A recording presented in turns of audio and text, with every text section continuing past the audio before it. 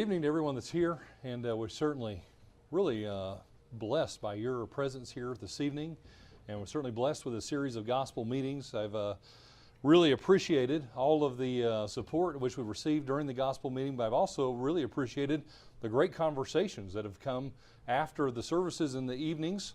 And tonight we encourage questions once again after services, as was mentioned. While everyone else is fasting or feasting, I'll be fasting and I'll be answering questions. But I'll be glad to do that, and really have enjoyed the questions that I've asked. I always like good, challenging questions. It keeps my mind sharp and keeps me also searching things that helps to answer questions that you have and the things of which you are dealing with each and every day in your life, and especially in your growth in faith towards being a Christian, and also in believing God is the creator of all things through Jesus Christ. As we've been studying throughout this series of lessons, Wednesday night and Thursday night, we've talked about a couple of different topics that really were geologically based, and that really plays to some of my strengths. I am a geologist by trade, for those that don't know. And tonight's subject, the hydrologic cycle, falls into one of my toolboxes. I'm actually the manager of a hydrogeology department. I've been a hydrogeologist throughout my career, as well as working in exploration. But it is something that I find fascinating. But what's really fascinating about the subject tonight is that when you look at the history of this science and the understanding of this particular cycle we'll talk about tonight, it's something we take for granted today, but really took centuries to really appreciate what it is and how it works. And one of the biggest things we'll note is the challenge the scientific community had with coming to understand it. And what we'll then focus on is how the Bible had it well understood, in fact, extremely accurately, long before the scientific community ever could get their heads around it. And to me, it speaks just a wonderful amount of testimony that the Word which we read in the Bible truly is inspired and is the Word of God. And it is ultimately something, I believe, that shows the signature of His handiwork. And so tonight we'll study that, and we'll share some things about it. As you've noted the last couple of nights, you'll notice I'm a kind of a history buff as well as a scientist. But the reason I like to show and talk about the history is anytime you do an investigation, and in science we do a lot of investigative work, anytime you do an investigation, you have to put together a purposeful timeline. You need to understand a series and order of events so as to appreciate how things transition from one position to possibly a different position, or how it transformed over time. And when you put those timelines together, it helps you to understand when there's been a huge deviation from what would be something standardized, such as truth or certain facts. And you can start to understand and appreciate where facts may have been missed, or there may be a misstep in the translation of that particular information. And tonight I think we'll see that as well, and that's why we'll begin at looking at some of the history with regard to this hydrologic cycle. So, to first remind everyone, what is the hydrologic cycle? It's also known as the water cycle. United States Geologic Survey has this posted on their website, which shows a very basic illustration of how the hydrologic cycle works. You have the ocean, which is the large reservoir of water here on planet Earth, and that ultimately water evaporates, whether off the surfaces or off the ocean. It makes its way into the atmosphere, where it is stored, and it's transported by cloud or by vapor. And it ultimately gets to the point, such as you all understand here, the effect around this area is when you get a certain amount of lift, when you get a certain amount of vapor condensation quantity, ultimately it's going to come out as precipitation. It's going to reach some kind of tipping point, and precipitation is going to occur. And precipitation can occur as rain, as snow, as hail, all of those things ultimately coming from the clouds. And then when they fall upon the surface of the earth, when they make their way into liquid form, there's a couple of things that can happen. They can either run off the surface, or they can actually be absorbed into the surface. And so it either can flow down by streams and rivers, such as we see, but we also have an underground groundwater portion of this hydrologic cycle as well. And sometimes water moves in the subsurface. It's why we drill wells. It's why sometimes there are springs or even artesian flowing wells. All of those things will come into play in the water cycle as we study it. And there are smaller storage pieces such as in snow or even in glaciers, and then also things such as lakes, such as nearby lake systems up in the mountains here in your region. So this is kind of just an overview, and it's just to kind of help us understand and appreciate what is this hydrologic cycle. But again, I think what we do is we underappreciate, the knowledge of this comes to us at about junior high when we come through the school system. And by the time we become adults, we just take it for granted that we've known this forever. Well, it doesn't turn out to be that way.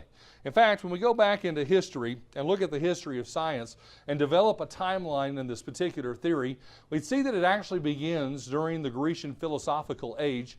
And the Greeks were obviously mystified by caverns and springs. We call that karst geology, or things that are carved out in the subsurface, typically associated with limestones and especially marbles. And as you can see from the outcrops, definitely white limestones associated with their geology. And you also see limestone and marble associated with the great edifices that were built by the Grecians in their major cities and throughout their region. Well, the problem with this material is it degrades rapidly with the water and also just a little bit of carbonic acid. And so these things will break down, they'll erode, and then you'll get these large edifices growing and opening up as fissures or as openings, caverns and caves inside the earth. And so you can actually see groundwater motion in these kinds of environments versus that just water moving through porous rock like sands. But in this case, you can actually go in the subsurface, such as cave explorers do, and you can see the water moving through the system, and you can see how it actually is an underground water passage. Well, the Greek philosophers really fall in a time period of 600 to 350 BC. And for those of you that are biblical scholars, you'll know that falls within the time period of what is called the silent years of the Bible, between the Old Testament and the New Testament. And during that time period, the Greeks started to really put together a number of naturalistic hypotheses to try to understand things that happen not only in nature, but things that happened around them, and to use to their benefit by not only understanding things, but how to also take advantage of them.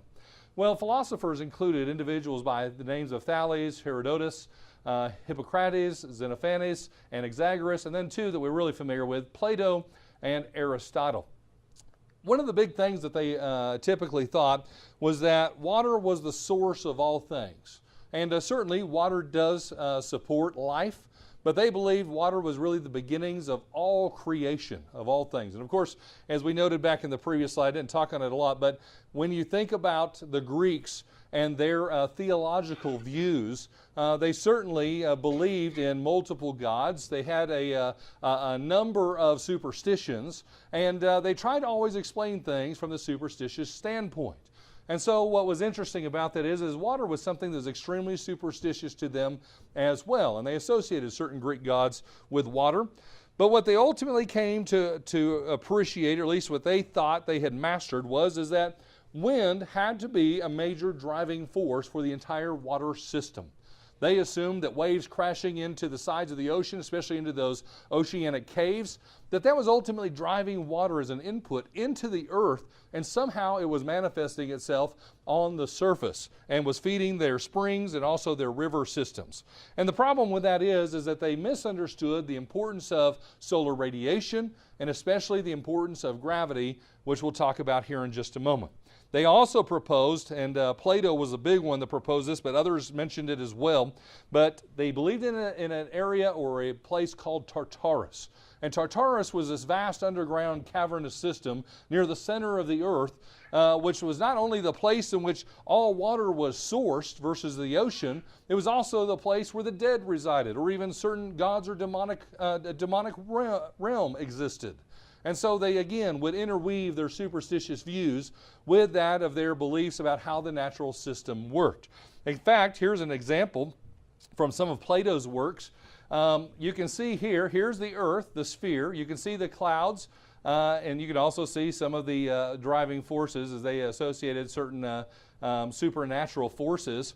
But in the interior of the earth was this fiery hot center. At least that part they have correct, since we do have a magmatic core. But they also show all of this inner workings in the earth, which they believed was how water was ultimately transported, both down into the earth and also back up to the surface of the earth. And you can also see here, here's the oceans. You see kind of these little whirlpools in the ocean where water makes its way down to the earth, but you also see how water transports back up into cavernous bodies underneath the mountains. And that's where they thought water ultimately made its way back to the surface and outpoured through the spring systems that they could observe there in the lands of Greece. You know, then comes the time of Roman philosophy. And Roman philosophy really was built upon Grecian philosophy. They adapted it and adopted a lot of things that the Greeks had already proposed. They also had a very similar geology. There's also a lot of karsting because of limestone and marble, once again, very similar edifices. As you can see from their close approximation, and if you were to look at a geologic map, you'd see they're very similar. So you would see why they would share a lot of the same opinions. And you can see here, there's also Great Lakes underneath the surface, which can be explored, and certainly as a tourist you can go and see those today. So the Roman philosophical time is in the time of the 1st century BC as well as the 1st century AD. So that 2-century time period that overlaps ultimately the time and the life of Jesus Christ as well as the beginnings of the church. Philosophers were included Lucretius, Vitruvius, and Seneca, who also was a Roman senator. They ultimately proposed that dew was newly created water. Now that's important to note, even though you would think to yourself, again, we realize where dew comes from. It's condensation of water vapor, typically when we reach a dew point. Of course, they didn't know anything like that back in that day. But the important thing is they thought water was being created continually. They thought that water was born just like life, and it had a beginning, and not necessarily did they ever speak about an end to it. But what they opened the door to is that the hydrologic cycle is an open system, meaning things can be added to it. But the problem with that is what we know today is the hydrologic cycle, the entire Earth cycle, is a closed system, meaning it's limited. Outer space limits us from much of the external communication to other things. I mean, just the vastness of space, there's not a lot of material out there. And even though we get bombarded with a few things from time to time, the amount of the material is so small that it's really negligible. And so Earth overall is a closed system, meaning no things are either created or destroyed, but are recycled in possibly different forms. So we know that water is not created today, but they believed that to be the case, and they really felt like that dew was the sweating of the earth. Ultimately, water making its way up through the subterranean, making its way to the surface, and being created in some way. And again, based on superstitious views such as the Grecians. They also believed and maintained that wind was the great transporter of water, had a huge important part of the cycle, but they ultimately believed that water would pick up the dew, take it to the atmosphere or the lower heavens, and it would then fall back upon the earth.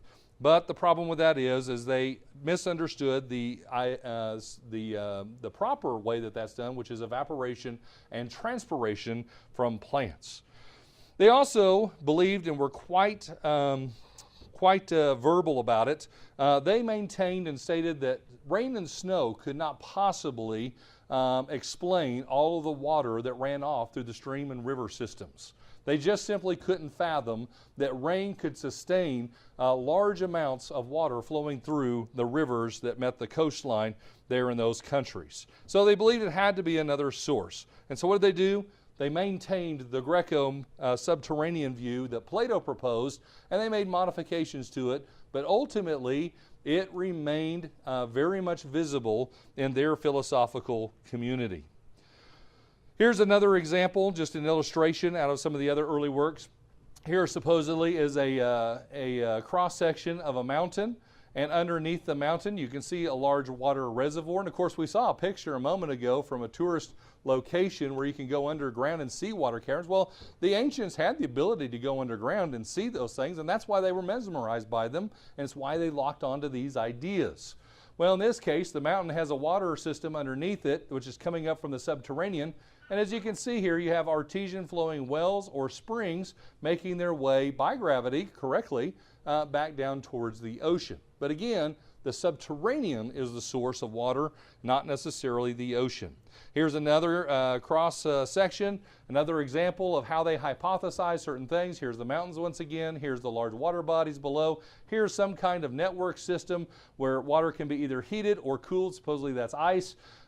Whatever they were trying to get their head around, the problem was is they really wanted to emphasize the subterranean world. They were just simply fascinated by it. And again, here's yet another example. This comes from Kircher's work, which we'll talk about here in just a moment, who explains some of the ancients. Again, whirlpools in the sea, the dark conduits are water going uphill against gravity, making their way to the base of the mountains where you see them artesianing inside the mountain reservoirs, and then they come out of springs making their way back in the ocean. So the ocean is just a part of the conveyor belt system, but it's really the mechanics that's going on in the subterranean that the ancients seem to focus upon. Well, now we come to the time of the Renaissance, which is between 1500 and 1700 AD. This is an amazing time where science really starts to kick off and really do amazing things, and there's certainly a number of amazing discoveries as well. Scientists during this time period include Leonardo da Vinci. Of course, we associate him as a painter, but he also was quite the naturalist and scientist. Bernard Palissy, Pierre Perrault. We have Kircher and Halley, whom Halley's Comet is named after. These individuals all went out and did some remarkable things. What they went out and they did is during the time of the Great Scientific Awakening, which was the time in which paleontology and geology was having its early bursts, and we talked about that a lot last night, and how the dinosaur discoveries were taking place in the late part of this time frame. But what they started to do is starting to do experimentation. They started to actually calculate things. For instance, how much rainfall is taking place, and can I quantify that into some kind of volume, and then can I quantify the flow of the river systems, and can I figure out what the size of the basin is in which the water falls in, and can I somehow determine whether or not there is some kind of relationship between it that would explain, such as the water coming down as precipitation and the water flowing out off the surface of the earth. Well, Pierre Perrault is the one that started to do that, and he did it around the Paris Basin in France. And what he noted is that the rainfall totaled X, and that the stream system was X minus a large amount of quantity, meaning there was more rainfall than actually made its way down the stream and river system. And what he ultimately noted is that some of that has to be either stored in lakes or absorbed in the subterranean, meaning it's also moving through his groundwater. And that part he couldn't quantify because he couldn't see it and get an accurate measurement on it. And so he was really the first to help us understand that precipitation is a huge mechanical part of the hydrologic cycle, and that started to change the opinions of many who had held those ancient views.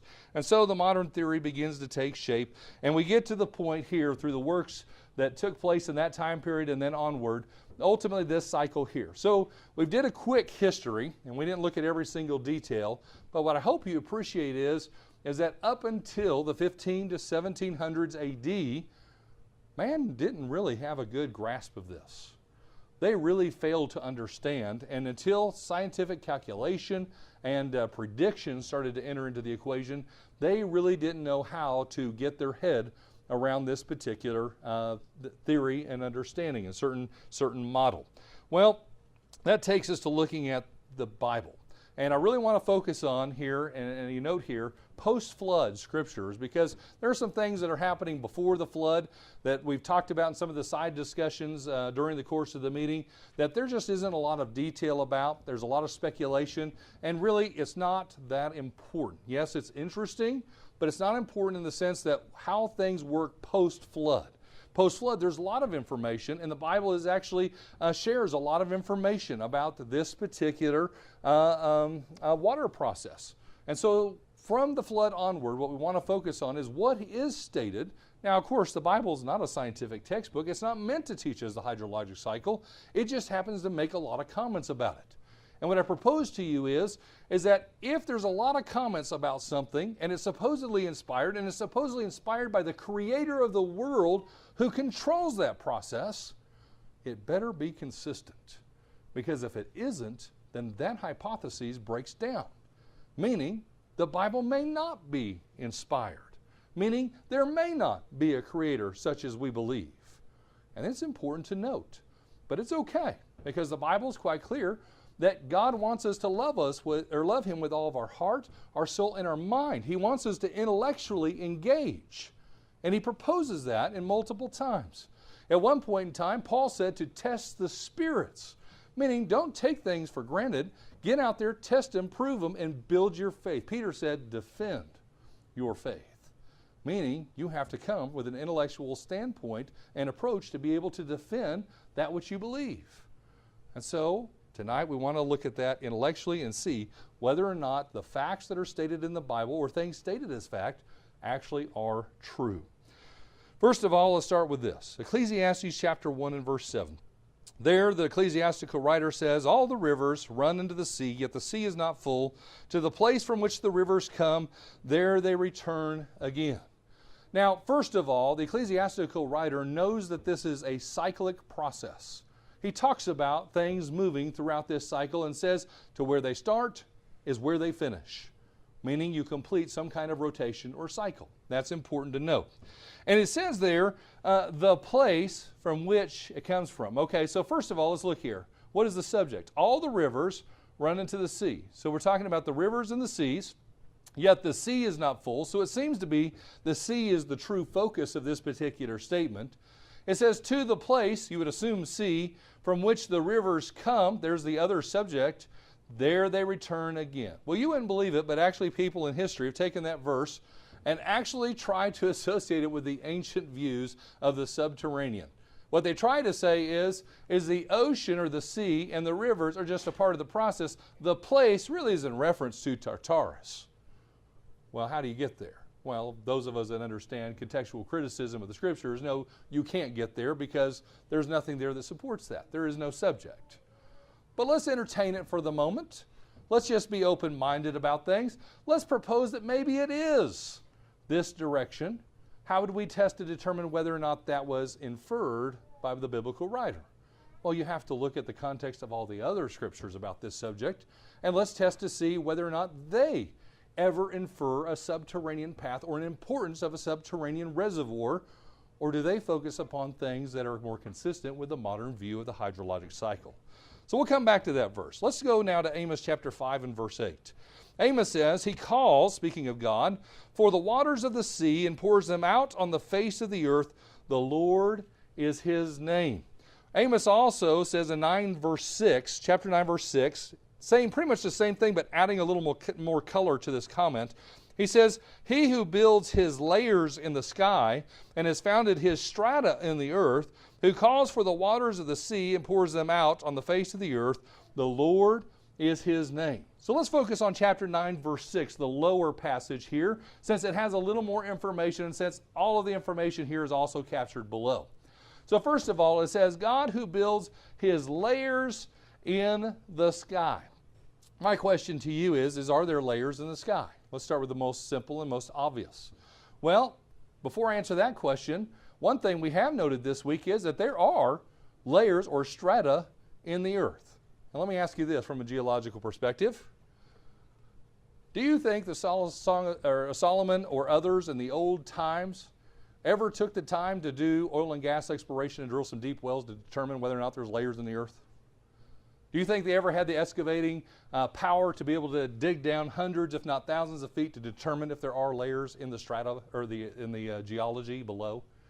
Now, there might have been a few outcrops where you could see rock possibly stratified, but usually that's just a small snapshot because some of the basins in the world, for instance, some of the deepest here, even in the United States, are up to 40,000 feet deep, meaning the granite you see here in your mountains, that granite in Oklahoma, for instance, is 40,000 feet below our feet. That's how deep it is. And all the sediments that have come off the Rockies and the Canadian Shield, they've ultimately layered in and filled up those deep abysses and flattened out our territory. And so we confuse the locals all the time. We talk about the mountain front, which is one of our favorite play concepts in oil and gas drilling. And of course, they're out there in a place called Burns Flat.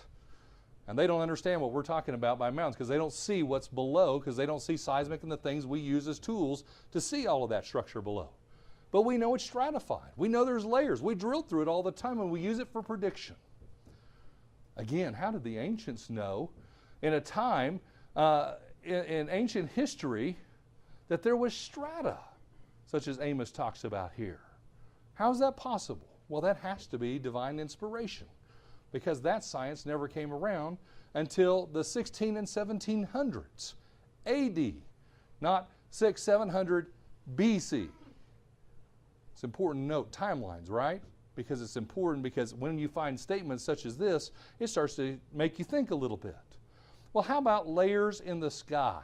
Do we see layers in the sky? Well, yeah, we do. In fact, we see that when we study meteorology, there is a lot of different types of cloud structures. Just like structures down in the earth and layers in the earth, there's also structures and layers in the atmosphere. The atmosphere is a very dynamic place. We see that we can have stratus clouds down low. We can have stratocumulus. We can even have these cirrus clouds, which are really high in elevation, up to 40,000 feet. Of course, now you want to think about this. Here's where your jets are flying across. And that's how deep the sediments are in the earth. And now we're talking about the height of our atmosphere. A lot to think about here, and yet Amos is talking about them like he knows something about it. And he's doing so accurately, because we know that there is layering in the atmosphere. Let's come back to the passage again. Speaking of God who builds these and creates these and put them in place, it says, "It is he who calls for the waters of the sea." Notice, waters of the sea. The source of the water, which ultimately makes its way onto the land, comes from the ocean, according to this passage. It's not some deep subterranean abyss. It is the ocean that is being identified here. And says, "and pours them out on the face of the earth," meaning for wherever the water comes from the sea, somehow it ends up in the air, dropping to the earth. We know that as rain today, or snow, or hail, but mainly rain. Drops to the face of the earth, pours them out on the face of the earth. The Lord is his name. So right away, Amos introduces us to some concepts that is more consistent with the modern belief versus that of the ancient belief of the hydrologic cycle. Well, here's another, Amos chapter 5, verse 8. Speaking of God, says, "He calls for the waters of the sea, pours them out on the face of the earth. The Lord is his name." That's the second part of that passage there, and it was quoted from Amos 5 and 8. Well, when we look at this particular cycle here, another diagram for us, again, we know that evaporation ultimately lifts a lot of water, either from the land, but mainly from the ocean, where there's a large water source. And it's ultimately lifted up, and when clouds get to a certain saturation point, precipitation is going to occur in some form. And when that occurs, it ultimately falls by gravity back to the earth, and it waters the earth. And so Amos is correct. It reminds me of 1 Kings chapter 18, verses 41 through 45, and you remember the story. Maybe you don't think about it like I do, because as a scientist, I'm a little geeky, and that's the way I think about things. But in this case, we find an example of Elijah has just performed an amazing miracle. And the miracle really derives from God having the power to bring down fire from heaven and consume something. And he challenges a god, Baal, who supposedly had that power. Well, that was a false god, and that god failed. He never did anything because he doesn't exist. But God, Jehovah, showed that he had power over all things, especially from an atmospheric source. And so what is the very next thing Elijah does to challenge King Ahab? He says, "Then Elijah said to Ahab, 'Go up and eat and drink, for there is the sound of abundance of rain.'" Now, of course, there hadn't been any rain in this region. It had been under a long drought period. And there isn't really any audible sound. He's just saying there's already practically the presence of rain here and the sound that comes with it. Verse 42, "So Ahab went up to eat and drink." That's how concerned he was over the situation, because like those that are here in California, if I told you suddenly you're going to get a torrential downpour, you've been through a long enough drought that you would be like, "Really, Brent, do you think you actually know that answer?" And to be honest, I don't. But Ahab wasn't concerned about it.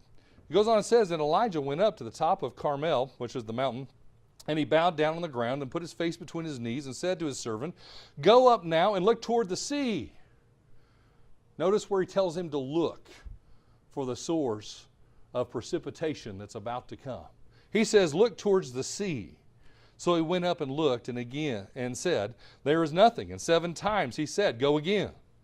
Then it came to pass the seventh time, he said, there is a cloud as small as a man's hand rising out of the sea. So he said, go up, say to Ahab, prepare your chariot and go down before the rain stops you. Now it happened in the meantime that the sky came and became black in the clouds and wind, and there was a heavy rain. So Ahab rode away and went to Jezreel. Notice how he points out, even in this miraculous event and a power and display of God's power, he still worked it using the natural system he created. Meaning the water was ultimately sourced from the ocean, and then it had its impact upon the land. Never is a subterranean source a part of the equation. Jeremiah chapter 10, verse 13, also quoted verbatim in chapter 51, verse 16, sourced ultimately from Psalms 135 and verse 7. Jeremiah says, when he utters his voice, there is a multitude of waters in the heavens, and he causes the vapors to ascend from the ends of the earth. He makes lightning for the rain. He brings the wind out of his treasuries. So again here, an interesting statement is made about God and his power to command various things.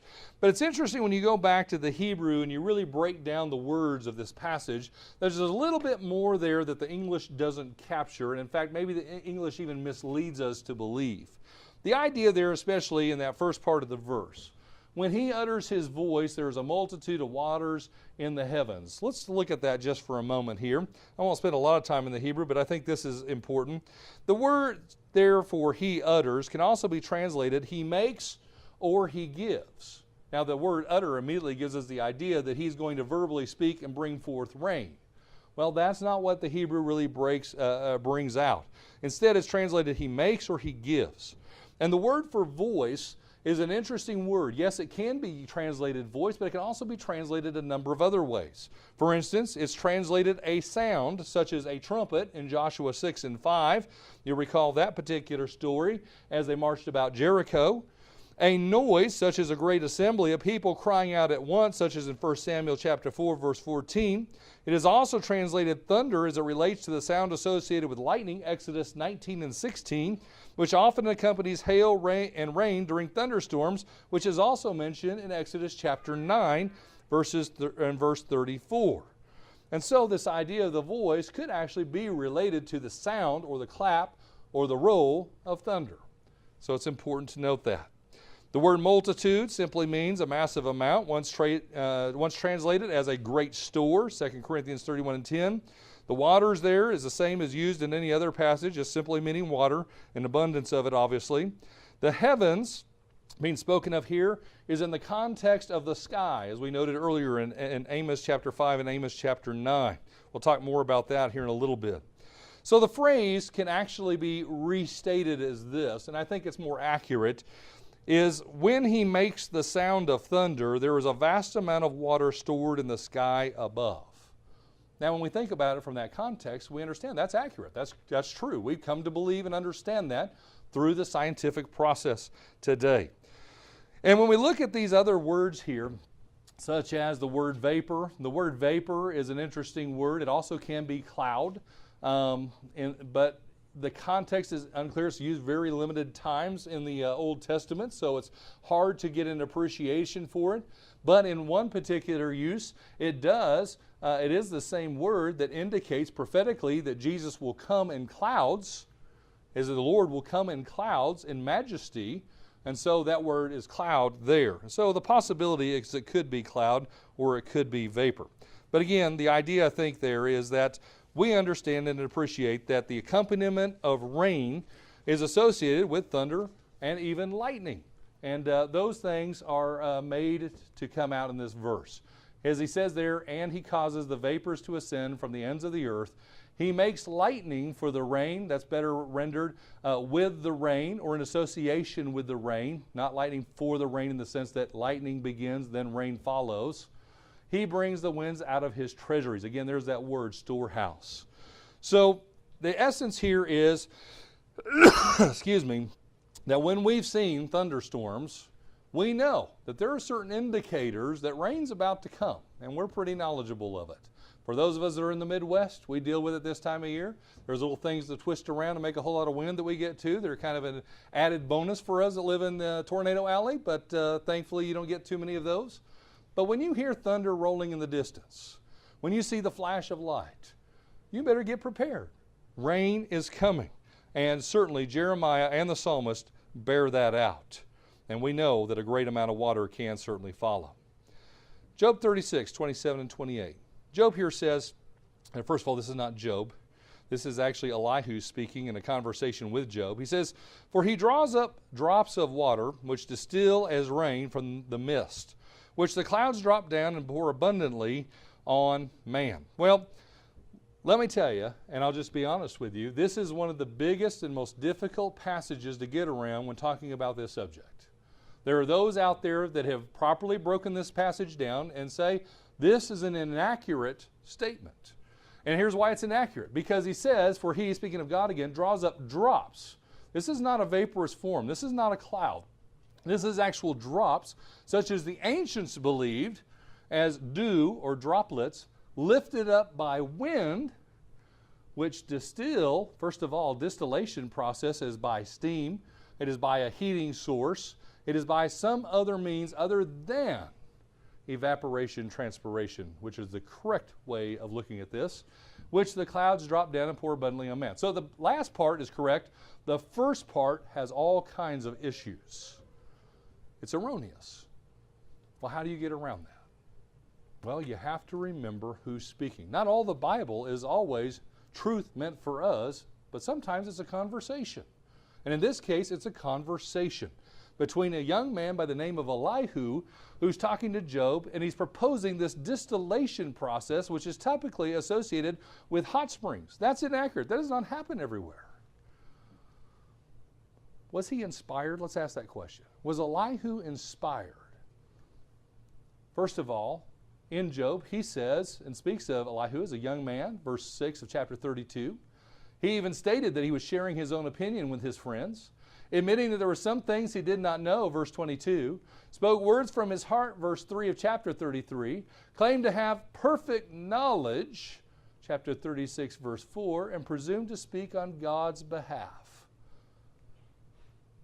This perfect knowledge and speaking on God's behalf. Well, if he's speaking on God's behalf, he better be inspired. But when he says he has perfect knowledge, that's interesting. Who has perfect knowledge, even in the Bible? Well, Jesus was the only one to have perfect knowledge. Everyone else, as Paul even said, spoke in part because they only knew in part, even by miraculous ability. And here's the big problem for Elihu.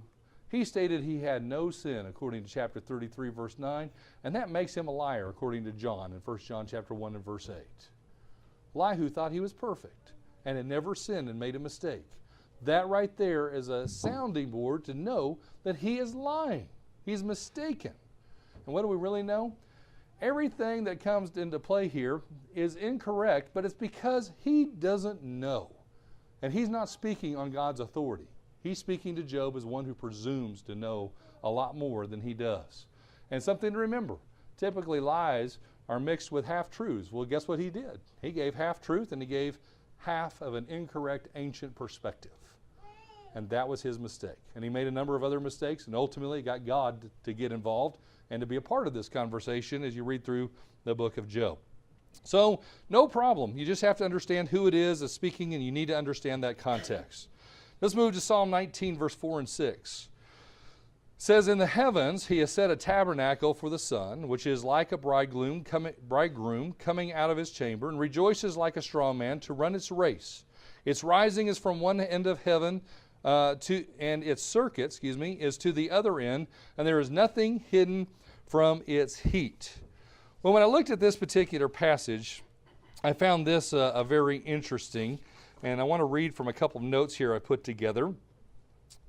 The idea here in talking about the heavens, first of all, the context is slightly different than what we noted earlier. The heavens earlier was talking about the atmosphere, the sky above. Now it is shifted to the heavens, meaning outer space.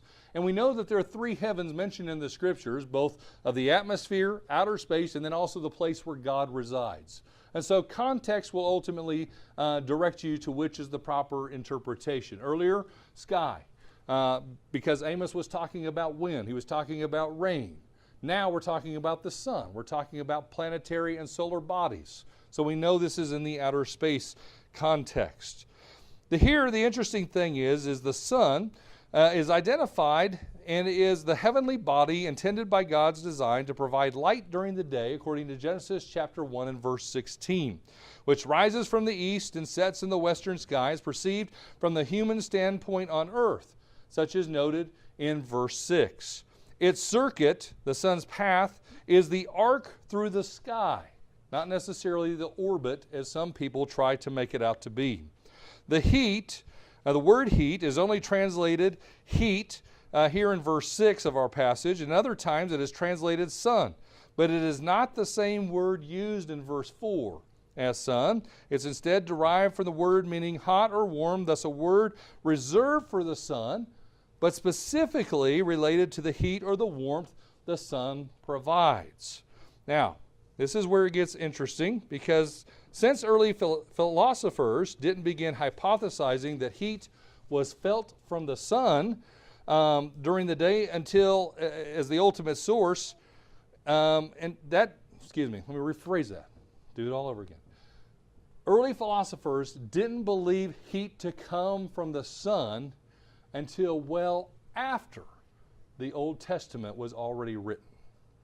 Again, we have a statement that predates scientific understanding or hypotheses.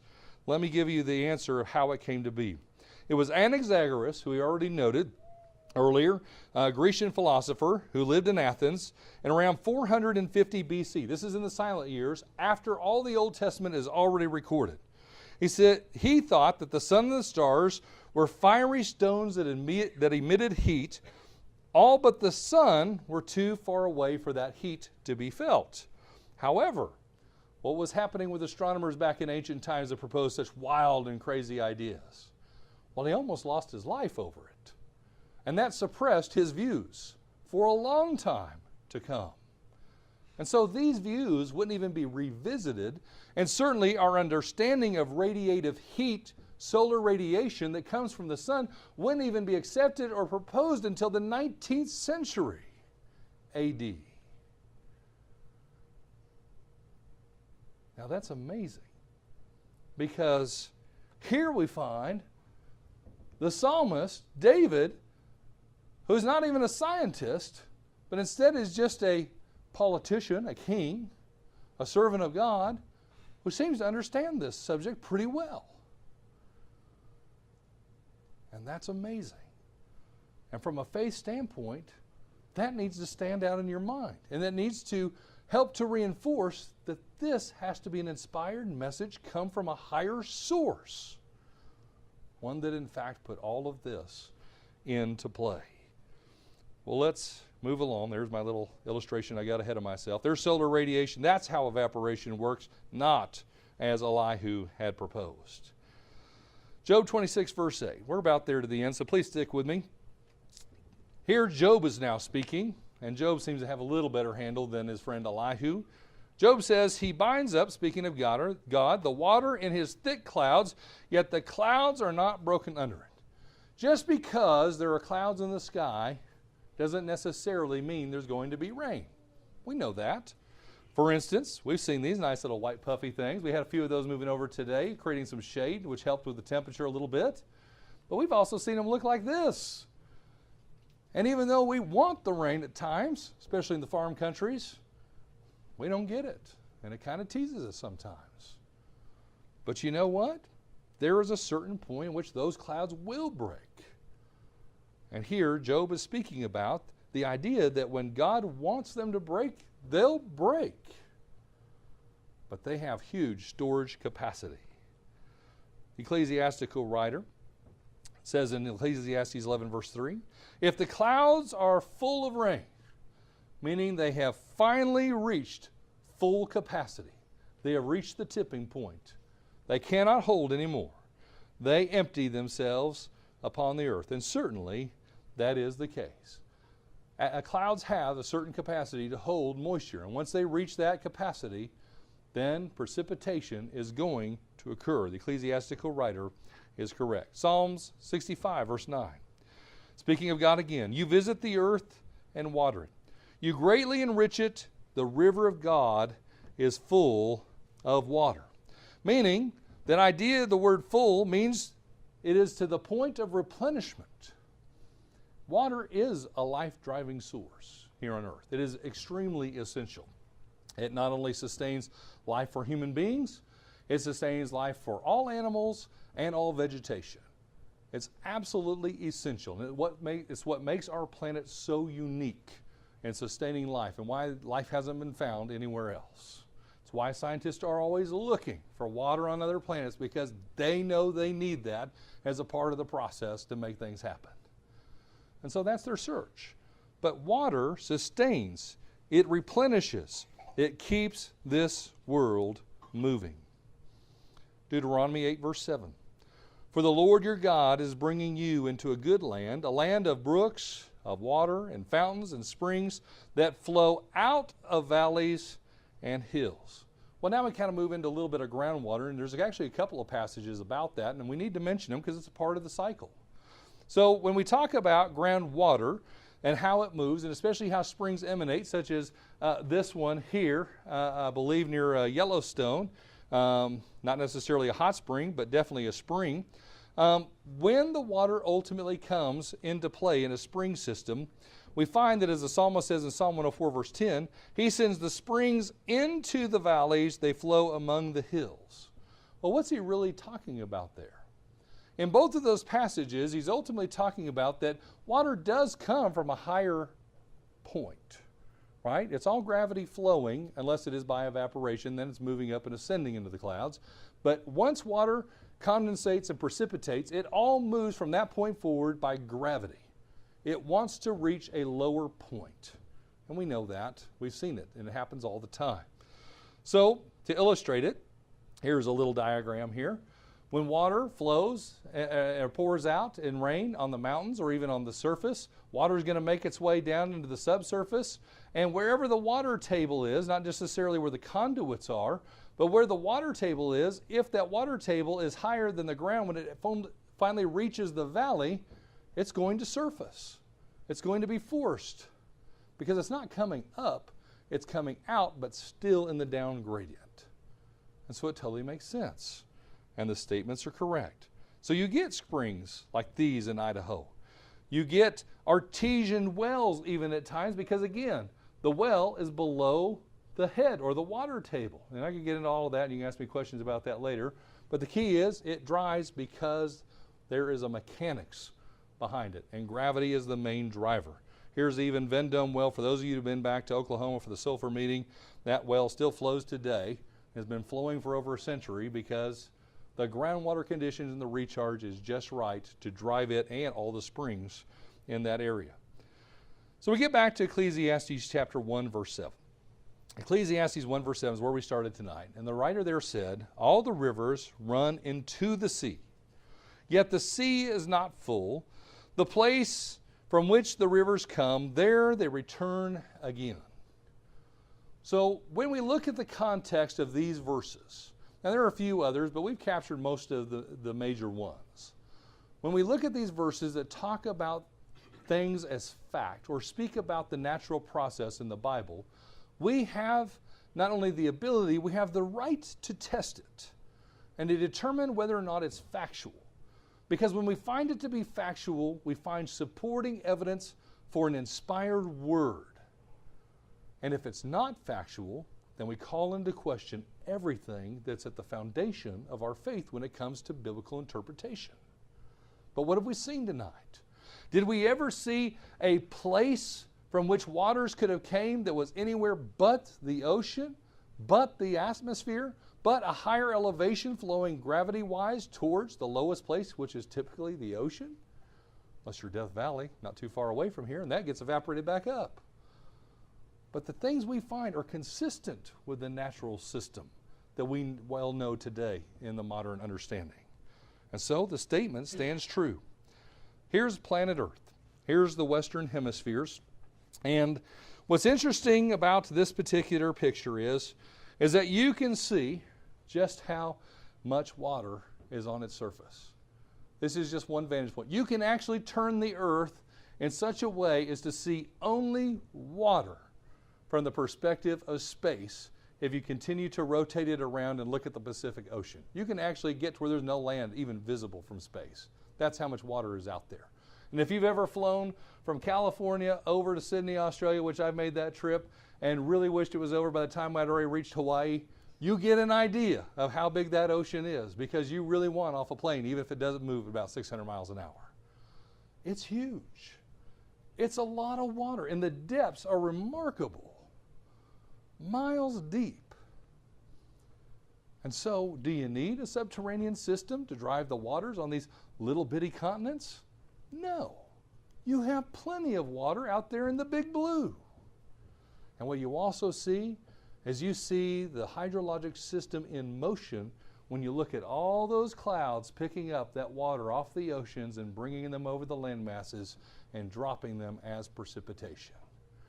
You can see that conveyor process, and you can see how it works, and you can appreciate God's great design and why our planet is so uniquely designed and balanced. Because if it wasn't, it could not sustain life as we see today. So one last question I'll ask. What about caverns? Are caverns ever mentioned in the Bible, or subterranean abodes? No, they're never talked about in the Scriptures. In fact, the only time anything subterranean is ever talked about in the Scriptures is talking about caves where things are either stored or men inhabited to get out of the elements. Never does the Bible ever focus on a subterranean world such as Tartarus or any kind of water reservoir. It just isn't mentioned. And so that is interesting in and of itself, that when all of those things of the Old Testament were written, were surrounded by a time in the modern philosophical view was so focused on a subterranean world. The inspired writers of the Bible never took time to even talk about it. That's how unimportant it really was. And that to me shows that it was not influenced by society, but instead it was influenced by the Almighty God. And that should stand out to you as well. So I want to finish with these verses. Psalm 65 verse 9 says, "You visit the earth and water it. You greatly enrich it. The river of God is full with water. You provide their grain, for so you have prepared it." The water cycle was prepared and designed by God ultimately to sustain life, and that's what we've been talking about. We also see in Isaiah chapter 30 and verse 23, this also supported when it says, "Then he will give the rain for your seed, with which you sow the ground, and bread of the increase of the earth. It will be fat and plentiful. In that day your cattle will feed in large pastures." Again, it's life supplying, not only for plants, but for animals that either drink from it or eat of the substance that comes from a watered earth. But then I love this one. Isaiah 55 verses 10 and 11. "For as the rain comes down and the snow from heaven, and do not return there, but water the earth, and make it bring forth the bud, that it may give seed to the sower and bread to the eater." Again, what Isaiah is saying here is that there is a purpose behind this water cycle, and it's to sustain earth. And as he says, it's not meant to work in reverse. It's not meant to be taken away. But once it's sent forth as God has purposed, it is meant to do what he has designed it for, and that's to sustain life. But the passage goes on to say, "So shall my word be that goes forth from my mouth. It shall not return to me void, but it shall accomplish what I please, and it shall prosper in the things for which I sent it." At the end of the day, what is the hydrologic cycle really teaching us? That there's a God. There is a creator. There is one who wants to hold his creation accountable, and we need to recognize that.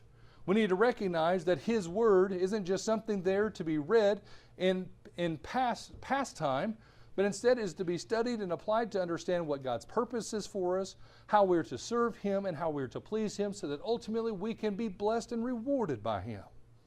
And if we're not taking the time to understand the purpose of his word, but only taking the time to understand the purpose of his creation, then we've missed the biggest thing out there. We've missed the thing which those natural things are pointing to, that there's a God. And then when we recognize there's a God, we need to recognize there's a purpose, and we need to know what that is in our lives, and we need to make sure we're fulfilling it. Romans 1:20, Paul said, "For since the creation of the world, his invisible attributes are clearly seen." I love that. It almost sounds contrasting, doesn't it? The things we can't see can be clearly seen. Meaning you can't see God, but what can you see? You can see, as the psalmist says, the heavens declare the glory of God, and the firmament, the place where the water cycle is derived, the atmosphere, as well as the surface of the earth, it speaks to the handiwork of God. It shows us that He is there and He is present, and we need to be seeking Him. So the water cycle, as we've seen, not only is it understood in the modern world, but you know what tonight we've seen? It also is fully described in the Bible. And it's one of the most amazing testimonies of an inspired word in and buried within the Old Testament. And I love the story. I hope you've appreciated it, and I hope you've learned something. I want to leave two quotes with you. Aristotle, who tried to teach a totally different theory and certainly didn't have it right, said, arrogantly, I'll say, "No theory has been handed down to us," speaking of those of the philosophers of his time, "that the most ordinary man could not have thought of." I would have to say Aristotle completely missed the mark and did not know necessarily what he was talking about, even though he did help in understanding some things. But as high a pedestal as the scientific community puts him on, it crumbles underneath him based on his views of this particular model. But here's one last quote for you. "For as the heavens are higher than the earth, so are my ways higher than your ways, and my thoughts than your thoughts." Isaiah 55:9, that by God. God's ways are certainly higher. We need to understand and appreciate and respect them, and then we need to make sure we are in alignment with them as well. Tonight, this lesson is yours.